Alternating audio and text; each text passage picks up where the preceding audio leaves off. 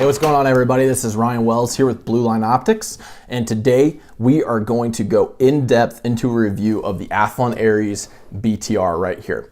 So I was looking for a scope to start off my review series with, and just as I was looking for that, Athlon announced that they are going to be having a $250 off sale on all Athlon Ares BTRs that they would be shipping out of their warehouse during the month of March. And so we're obviously honoring that sale.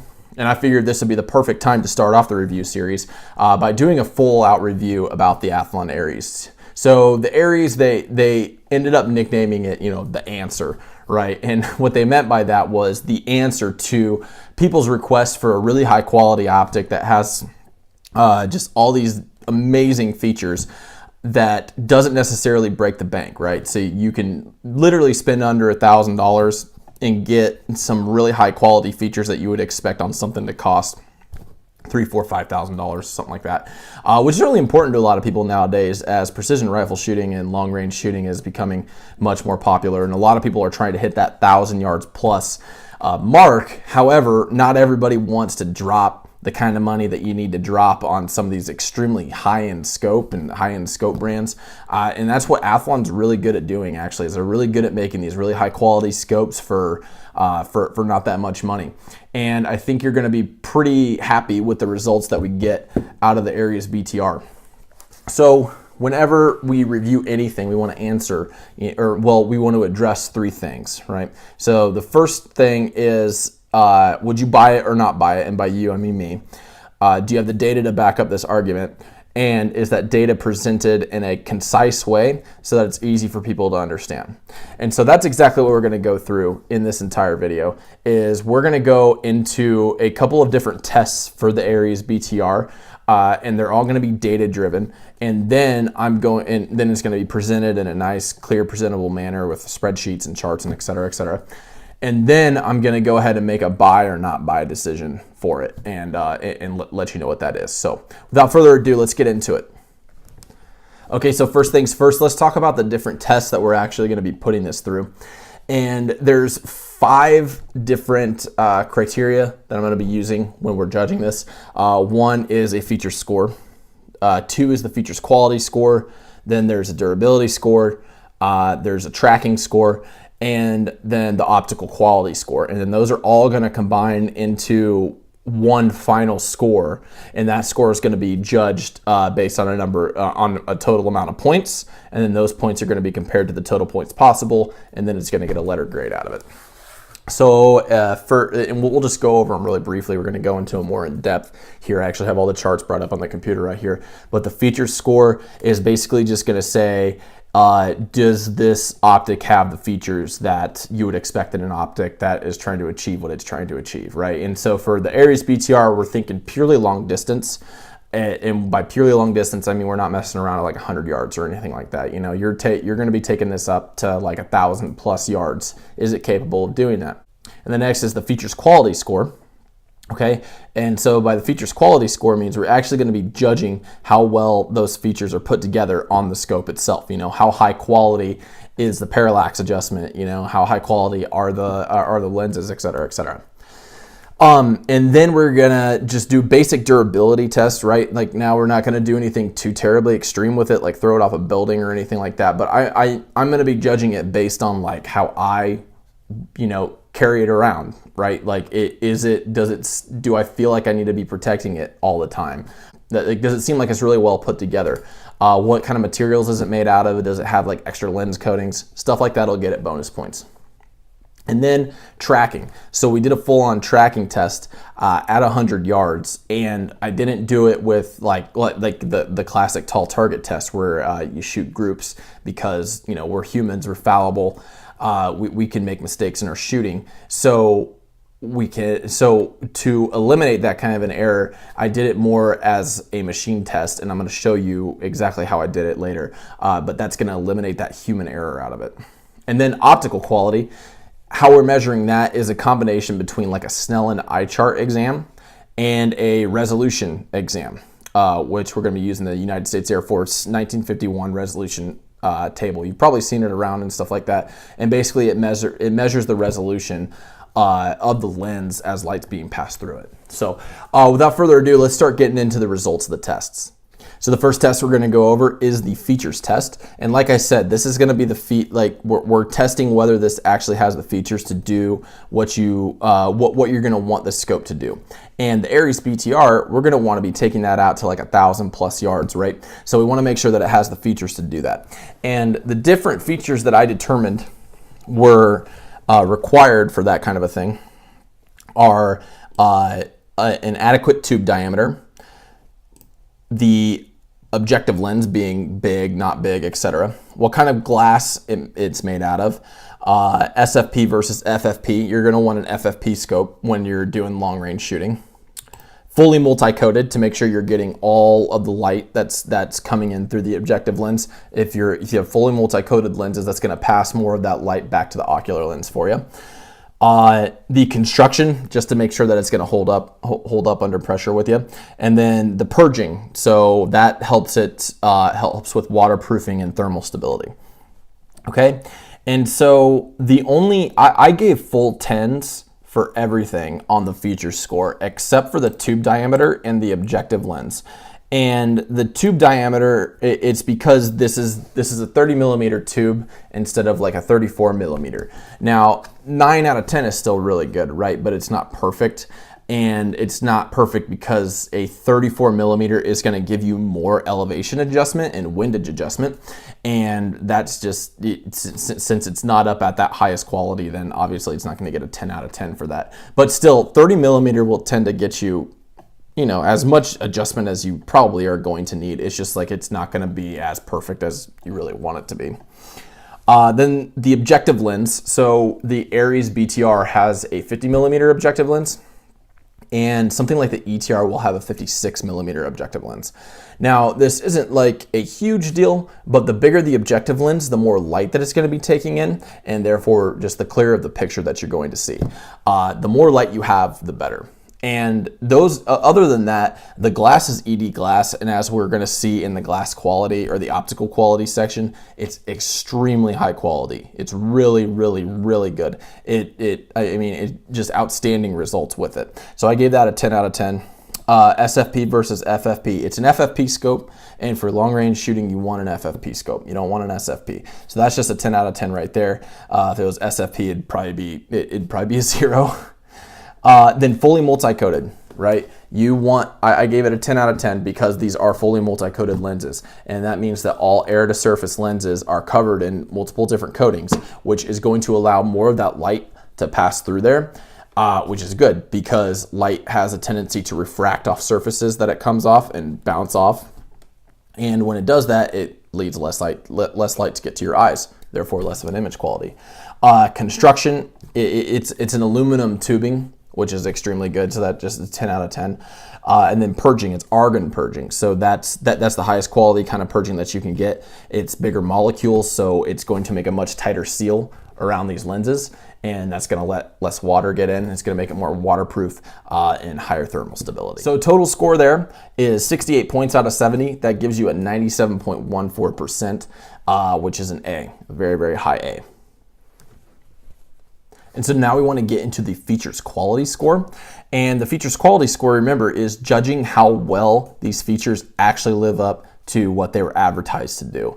Now, this got the exact same score as the feature score in all categories, actually. And for pretty much the same exact reason. I mean, the purging lived up to what it was advertised with, like the argon purging. I haven't had a problem with this in terms of waterproofing or thermal stability or anything like that.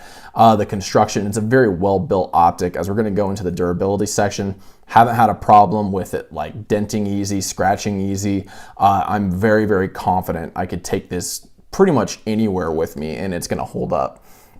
SFP, FFP, I mean, it is a first focal plane scope, perfect for long range shooting, which it's also got, and to add on to that is the parallax adjustment feature that we didn't really go into in the features score, but it does feature a parallax adjustment, which is really important for long range shooting as well.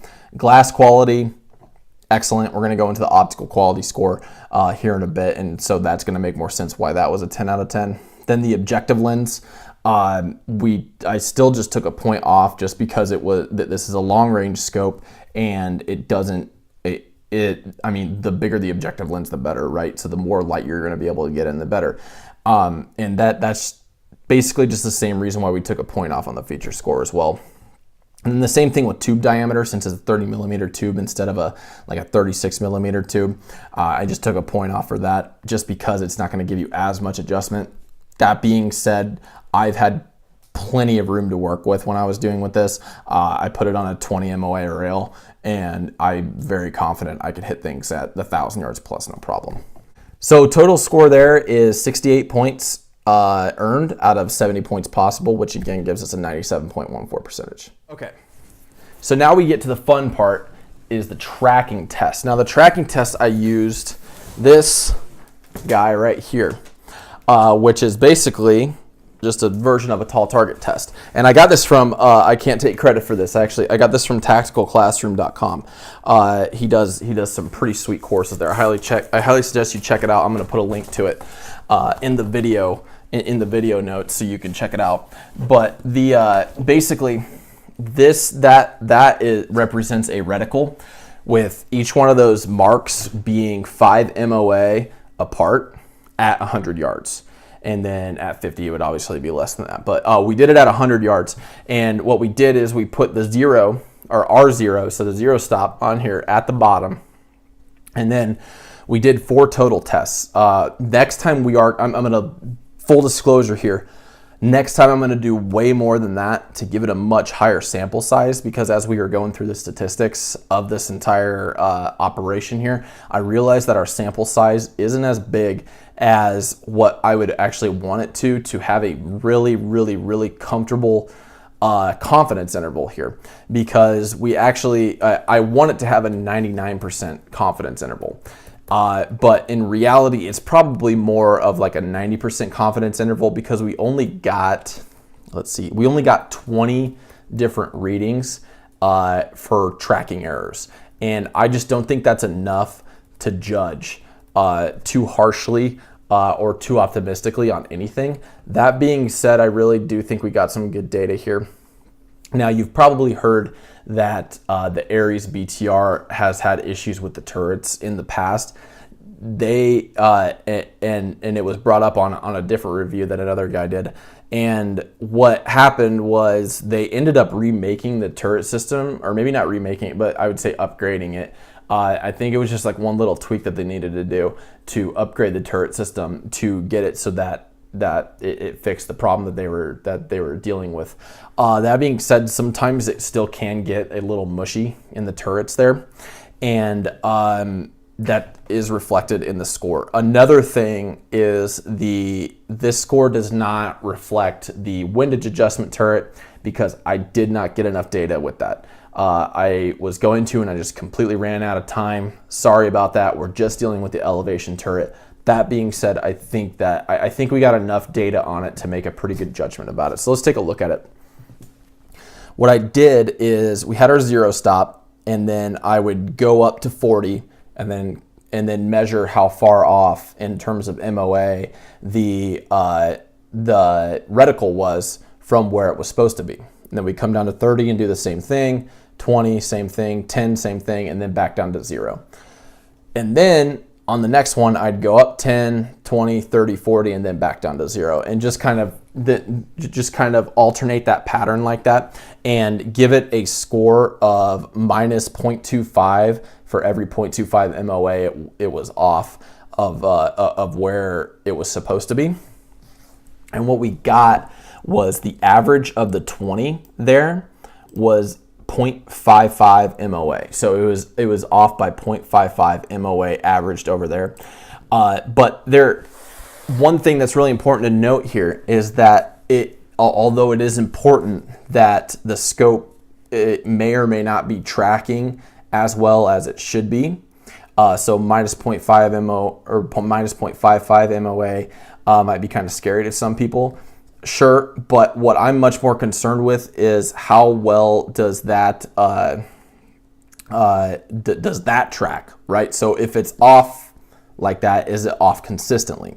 And so for that, we're going to go into the different confidence intervals and see how big of a difference these average changes are. So I wanted a 99% degree of confidence. And without going too much into the statistics, that gives us a margin of error of 0.24. So 0.24 is right under one click, right? And when we compiled all the data, that ended up giving us a minimum confidence interval of 0.3 and a maximum of 0.79. And the difference between those two would be about 0.5, or what would I say? We would say about 2 clicks, right? So each click is 1/4 MOA. And then that's a lot of math right there. So basically what that means is that's how much you might expect it to be off every single time, and the difference between how much you might expect it to be off. So if it's missing, is it missing consistently at the same point? And we found here was when we extrapolated that out into inches at the different yardage points, like for example, we did 1,000 yards, 500 yards, 200 yards, 100 yards, and 50 yards. We measured how many inches total that all was, and then we just added all those up, and we did it for the average off and the confidence interval. So the average off, for example, in MOA was 0.55. So at 1,000 yards, that's about 5.759 MOA. At 500 yards, it's about 2.879 MOA, et cetera, down the line. Once you get to the total, that's right around 10.653 MOA. Then with the confidence interval, our confidence interval was 0.49 MOA. So we extrapolated that out for the different yardages. And how many inches that would be off at each yard. So at 1,000 yards, that's about 5 inches off. 500 yards, that's about 2.5 inches off. At 200 yards, that's about 1 inch off. And so that added up to a total amount of points of 9.527. And if you add both of those together, you get a total amount of points of 20.180. And what we wanted to do is we wanted to take this out of 100 points possible, because it just made it really easy to do. And that actually stacks up to what we would expect a score like that to look like for how far it's off and how consistently it's off. And that gives us a total score 79.82 out of 100 total points. So 79.82%. So it's basically, if you round up, it's a B minus. And I would say that is a very accurate statement. And this is if we're doing a 99% confidence interval. Now, if you change that data around and you do like a 90% confidence interval, that ends up being like right around an 83%. But since this is a precision long-range scope, you are going to want it to be as accurate as possible. So I think a 99% confidence interval is what you're going to be looking for. One thing to note, or two things to note there, is that there is probably more room for error here, just because the 100-yard test that we're doing, it's not a calibration machine, so there's nothing. There's nothing. It's not as precise as you would expect it to be, which is why you see that we're rounding to the nearest 1/4 MOA. I personally don't like that approach. However, we don't have a calibration machine as of now. So this is what we had to do for now. Once we get a calibration machine, it's in the works. We're getting it built, actually. We're going to come back and obviously redo this test. But for the time being, this is what we came up with. And considering for like at the 40 MOA level, where it was the first two tests, it was off by 1 MOA. The third test, it was off by 1.25. And the fourth test, it was off by 0.75. That's pretty consistent right there. At 30 MOA, it was pretty consistent as well. At 20 MOA, it was pretty consistent as well. And then at 10, it varied a little bit, but it was still pretty consistent. And then the zero stop, it hit zero perfect every single time. Like that was not an issue. That being said, I think it tracks better than probably 90% of the scopes out there. I think this is a better score than most most scopes are going to get. So don't let that deter you. It's still a very, very high quality tracking system, all else told. All right, in the moment you've probably all been waiting for is the optical clarity test, okay? So optical clarity is obviously important because when we're at 1,000 yards, we wanna be able to know that we're hitting what we want to hit, right? We wanna be able to track correctly at that range, obviously, but we also want to make sure that we can see that target pretty clearly. And that is what Athlon is really well known for, is making these extremely high quality and high clarity scopes for a lot less expensive. So we put a lot of weight onto the optical clarity test for this optic. Now, we're judging on 3 different magnifications. So we're judging on 8x, 12x, and 24x. Why did we choose those? So we chose 8x because some optics only start at 8x. Some optics stop at 24x. And 12 is just kind of a good middle ground for most optics. I mean, we tend to, it'd probably be 12 or 13, right? So we don't, like the Athlon Ares goes all the way down to 4.5 and it goes all the way up to 27, right? So, but not every optic can do that, so it doesn't make for a very good comparable test if you're doing it at these different magnifications that other optics can't even get to. So we just did that just to blanket it all out. And then we did 2 different tests. The Snellen eye chart exam, which you probably remember from elementary school and even maybe a couple of weeks ago, taking an eye exam to see how well your vision is at the eye doctor, right? And there were 9 total rows on this, and what we did is we gave a point for each row that you could get correctly, and correctly we defined as not missing more than 2 letters. So if you missed 2 letters in the row, you didn't get the point for that row. And then there's 9 total rows, okay? And then we did the resolution exam, and the resolution exam had to deal with the United States Air Force 1951 chart, which measures resolution clarity. And how this works, without getting like really too far into it, is there are multiple groups on this. We only use the one on the left, just FYI. And basically, there is a coefficient measured by how far down you can go onto this group and still be able to see these distinct lines together. So these lines are these thick, bold lines, and there's 3 of them put next to each other. And if you can make out that they're different lines, then your lens, whatever you're looking at, is considered to have that level of resolution. Now the max resolution is 0.45, then there are other scores like 0.35 and stuff like that in there.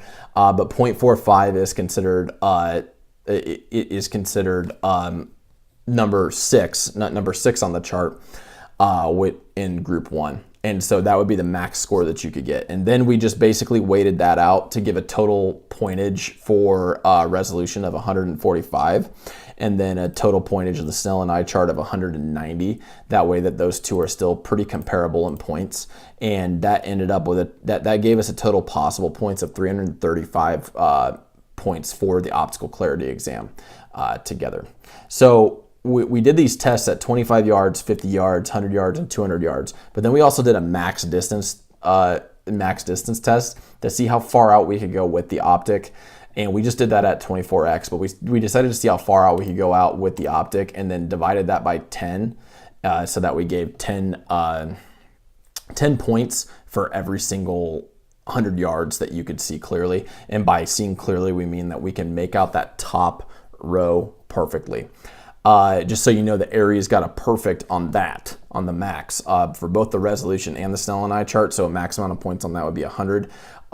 We maxed it out at 1,000 yards. I didn't think we needed to go much farther than that, because I just think that's good enough for you to know as to whether this is going to be really high quality glass at that far. So that's amazing. At 100 yards, we got 1 point for the 12x and 2 points for the 24x, which was really, really good about this optic. It was the higher magnification, the clearer it got, which is the opposite that you see in most optics. Most optics, the higher the magnification you go, the less clear it gets. And that's just because of how light is being passed through the system. But with the Ares, the higher the magnification went, the clearer it got, which was amazing. Even at like 50 yards here, right? So at 8x, the Snell and I chart, we only got to row 8, which is still good, don't get me wrong. At 12x, we got to row 8. At 24x, we got all the way to row 9. So it doesn't seem to lose clarity the higher it gets. That being said, one caveat with that is as you get to 27, that might change a little bit. I didn't notice it at any of the rounds that I was shooting at. When I took it out to, I think we took it out to 400 yards. And if we used 27 magnification there, it was still really clear. And then what was interesting is that the resolution, like the resolution, even though we couldn't make out clearly all of the letters on the eye chart, we could still make out clearly that bottom row number 6 for the resolution. So the optic got an almost perfect score on resolution, like almost perfect score. And what we ended up with was 313 total points earned out of 335 possible points. And that gives you a percentage of 93%, which is an A. So optical clarity, it passed with flying colors. Absolutely fantastic. Highly recommended. Good job, Athlon. Like whatever you did with this optic, like very good job. The optical clarity test, I think worked out extremely well. And then we're gonna go into the ruggedness of the optic. And so we're gonna be looking at, how easily does it dent? How easily does it scratch? I'm not throwing it into rivers. I'm not gonna be burying it in mud or anything like that. So sorry if that's what you're expecting. Maybe sometime soon. That wasn't necessarily, it wasn't my goal to try to destroy it. It was to just see like, hey, like most people who are gonna be using this thing, is it going to hold up for them when they need it to hold up for them? Like if you take it out hunting with you, or if you take it out to like a really long range, is it, is it going to hold up there for you? And honestly, I gave it all, the 4 categories I based it on were waterproof, scratch dent proof, the construction materials, what's it made out of, and then of course the warranty. And all those got 10 out of 10. So the waterproof, I haven't had it, I had it out in the rain with me. Actually this last weekend as we were filming some of the stuff for the review, and it was, it held up fine. There was absolutely no problems with it. It didn't, like the lenses didn't fog up or anything like that. Scratch and dent proof, it's fine. I carry it around in just like a regular gun bag. It doesn't dent, it doesn't scratch or anything like that.